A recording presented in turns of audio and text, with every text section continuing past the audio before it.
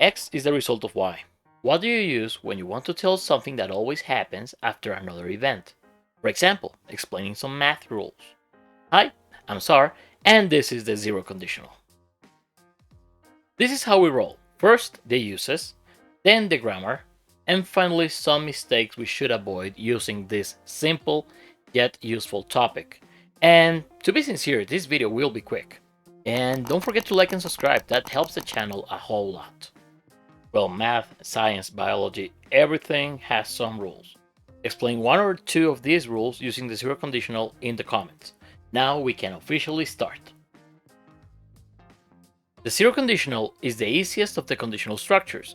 We use it to express something that is permanent truth, such as a scientific fact, a general habit, something that always repeats. It's always true, that's why it's real. The best examples can come from rules in certain areas, like math, chemistry, biology, and so on. Check these examples. First, something typical from math. If you multiply any number by 0, the result is 0. See? I think it sounds kind of logic, but that's the way we should express this. Remember, facts that happen under certain conditions should be expressed like this. Another example, if you heat water at 80 degrees, it doesn't boil. I know, it doesn't. It's supposed to be like 100, isn't it? With computers this time. If a computer gets too hot, it needs a better cooling system. Do you see any differences between this structure and the other conditionals? So the first impression we have with this topic is that, well, it's pretty straightforward, isn't it? Now let's check the grammar. Let's use this example to review the grammar. But first let me add some color. Okay, that's better.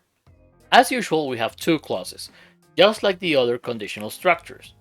The key here is to use the present simple in both clauses. Yep, you heard me right. Both clauses. We do not use will or anything fancy in the second clause. But let's focus on the if clause first, okay? If you multiply any number by 0, the if clause, as you can see here, the sentence is in present simple. The second clause, the result is 0, well, it uses present simple too. Nothing fancy here. Again, with the same example, the if clause, it's in present simple, and the consequence, it's also in present simple. If you heat water at 80 degrees, it doesn't boil. Maybe you want to say, hey, if you heat water at 80 degrees, it will not or it won't boil. Don't use will. Why? Because we're talking about things that always happen. Facts and repeated events use the present simple. As simple as that. We are not going to use will because of that. As every other conditional, we can invert it.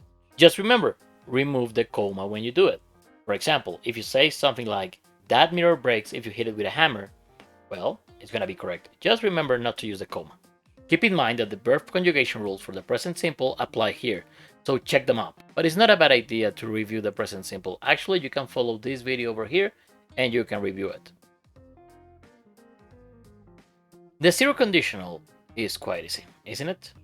However, there are some common mistakes people tend to have, and you won't have them. First, using will in the second clause.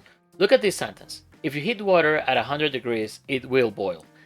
Technically speaking, that sentence is incorrect. I mean, it's a good example of first conditional, but it's not a possibility. And that's the difference. If you use will, it means it's a possibility, not a fact. And the key thing about the zero conditional in the use is that we're talking about facts. If you heat water at 100 degrees, it boils. That's a difference. That's a fact.